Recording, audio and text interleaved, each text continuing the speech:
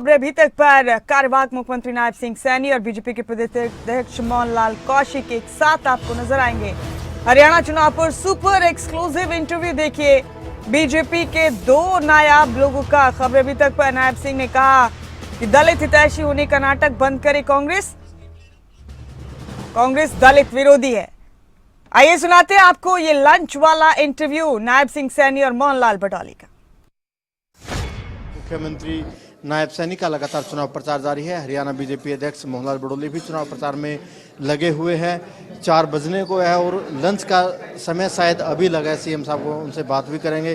Sir, 4 बज चुके हैं और 4 बजे आप लंच कर रहे हैं। काफ़ी हेक्टिक शेड्यूल चल रहा है चुनाव प्रचार में। ज़बरदस्त कार्यक्रम लगातार चल रहे हैं और कार्यक्रमों के अंदर जहाँ भी समय लगता है भोजन का वहीं कर लेते हैं। कहीं इधर उधर जाने का समय नहीं लगता, गाड़ी में भोजन कर लेते हैं।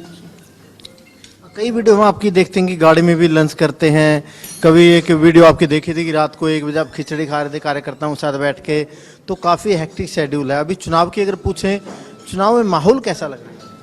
नहीं, देखिए, माहौल आज हरियाणा प्रदेश के लोगों ने एक ये तय कर लिया है, तीसरी बार भारतीय जनता पार्टी की सरकार बड़े मैंडेट के साथ बन रही है और मोदी जी के साथ मिलकर के।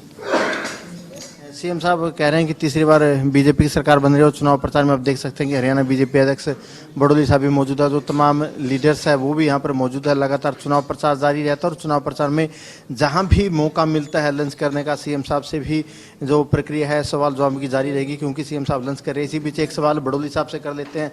अध्यक्ष जी, आपका भी शेड्यूल इतना टाइट रहता है। इन दिनों 2 मुद्दे बड़े छा रखे हैं प्रदेश में। एक दलितों का मुद्दा बड़ा छा रखा है, एक सरकारी नौकरियों का मुद्दा बड़ा छा रखा है। सरकारी नौकरियां जो हमने लगातार 1,44,000 बच्चों को देने का काम किया है और ये सबसे बड़ा सबूत है, प्रमाण है कि बगैर पर्ची खर्ची के सबको रोजगार देने का काम किया है।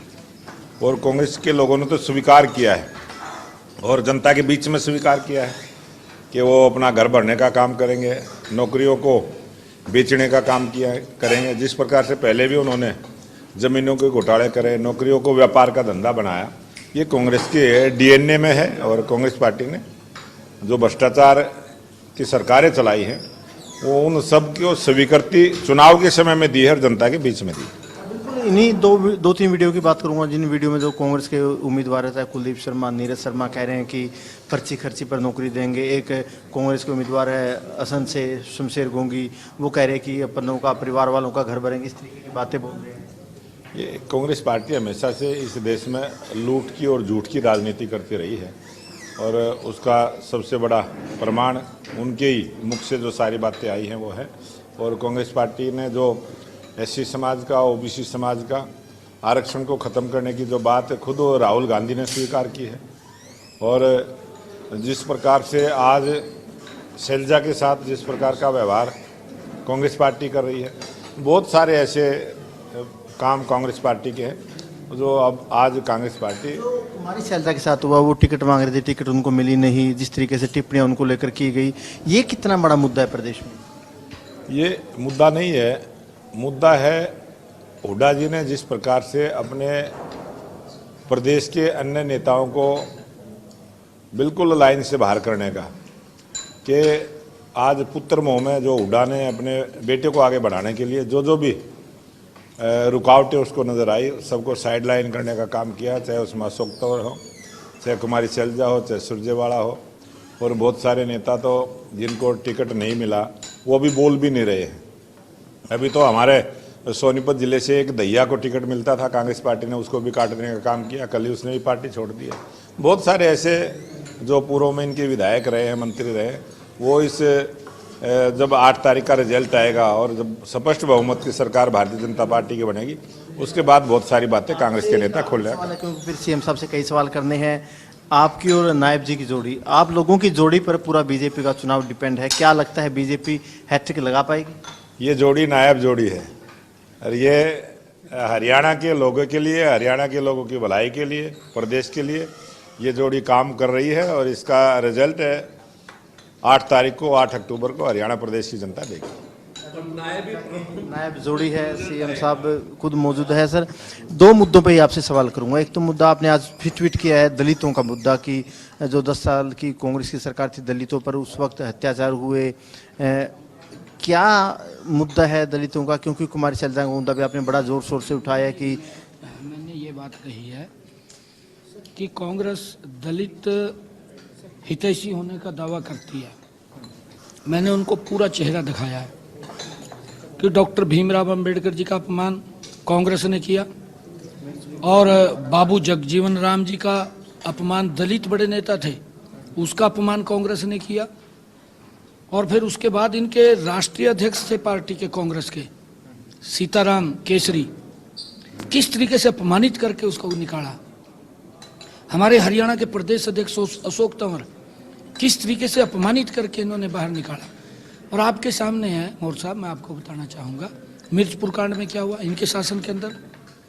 अरे एक बेटी जो डॉक्टर बनना चाहती थी, उसके माँ बाप के अरमान थे, मेहनत करके पसीना बहा करके बेटी को पढ़ा रहे थे, उस बेटी के साथ दुराचार कर दिया, उसको जान से मार दिया, उसके सारे अरमान बह गए पानी के अंदर कि वो डॉक्टर नहीं बन पाई। किस प्रकार से बरहाना कांड हुआ है, दौलतपुर कांड हुआ, गोहाना कांड हुआ, क्या क्या इनका है। ये दलित हितैषी होने का नाटक बंद करें। मैं कांग्रेस को कहना चाहता हूं कि आपका ये नाटक आपके मुंह से अच्छा नहीं लगता। आपका जो दलित विरोधी चेहरा है वो देश और प्रदेश के सामने आया है। ठीक है, आप कह रहे हैं कि कांग्रेस दलित विरोधी पार्टी है, लेकिन कुमारी शैलजा का सवाल इसलिए जरूरी है क्योंकि सबसे मुद्दा इन दिनों कुमारी शैलजा का छाया हुआ है। कुमारी शैलजा की जिस तरीके से टिकट वितरण में अनदेखी की गई, वो कुलान से चुनाव लड़ना चाहती थी, उनको टिकट नहीं मिली, इस पूरे घटनाक्रम को कैसे देखिए? नहीं देखिए, वो उसने अपनी पीड़ा जाहिर की है कि मैं उकलाने से चुनाव लड़ना चाहती थी, मेरे को टिकट नहीं दिया।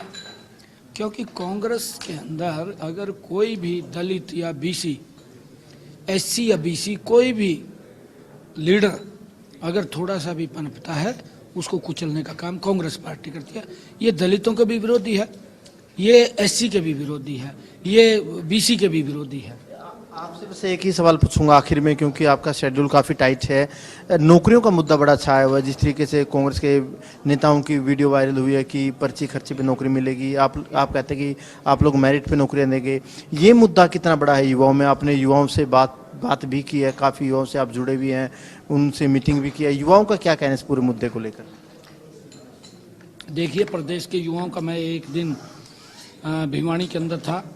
भिवानी में जब मैं जा रहा था तो मैंने सोचा कि कोचिंग सेंटर था एक, उस कोचिंग सेंटर में बच्चों को मिलने चला गया।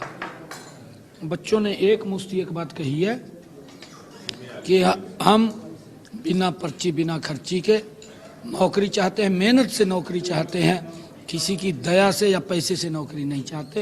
ये स्पष्ट रूप से कहा। गरीब व्यक्ति को तो नौकरी नहीं मिलती, मेहनत से अच्छे बच्चे आएंगे, मेहनत करके आगे निकलेंगे।